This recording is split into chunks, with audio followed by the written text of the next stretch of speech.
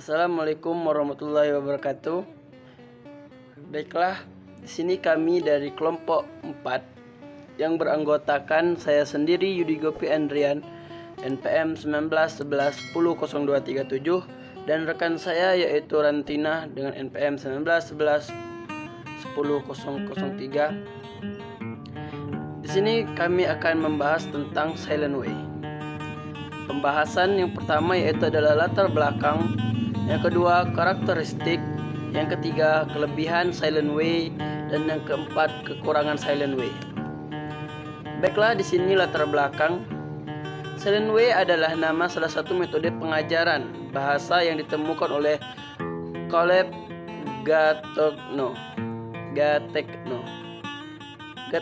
menganjurkan agar pembelajaran kembali ke cara bayi belajar.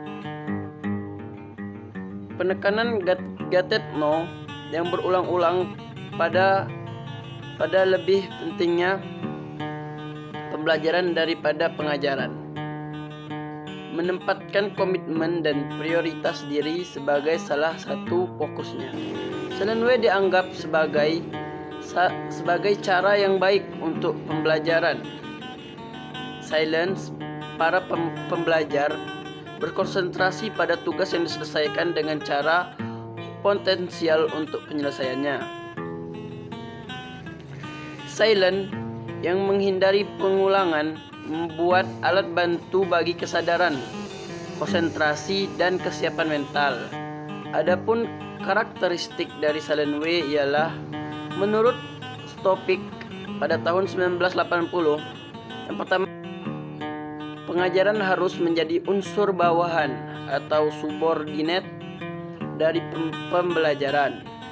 Yang kedua yaitu pembelajaran tidak hanya sekedar proses peniruan atau pelatihan. Yang ketiga, pengajaran berupaya untuk tidak mengintervensi aktivitas pengajaran. Ketika bekerja, para pembelajar harus berusaha menghubungkan berbagai pengalaman yang diperoleh selama belajar bahasa yang pertama.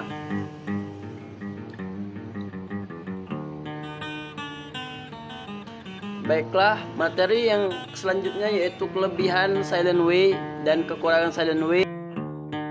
Baiklah, selanjutnya ada kelebihan dari Silent Way.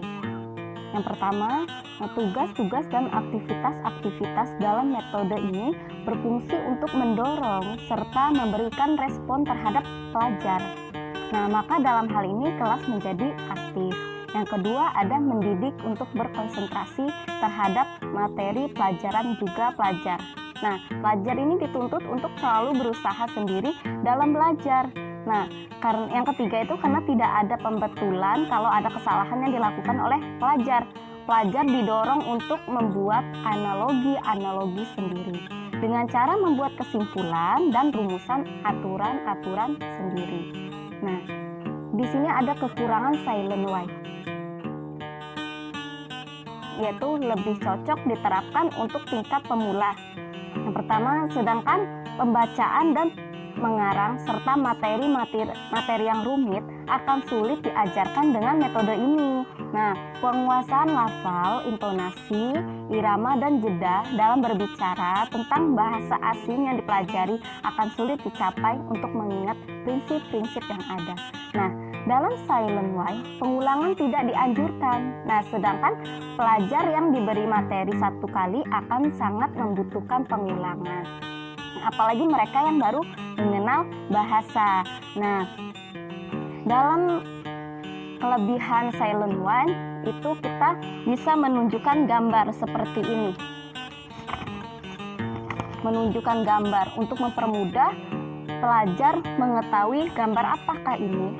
Tetapi kita sebagai pengajar, kita harus diam karena emang pembelajaran secara diam.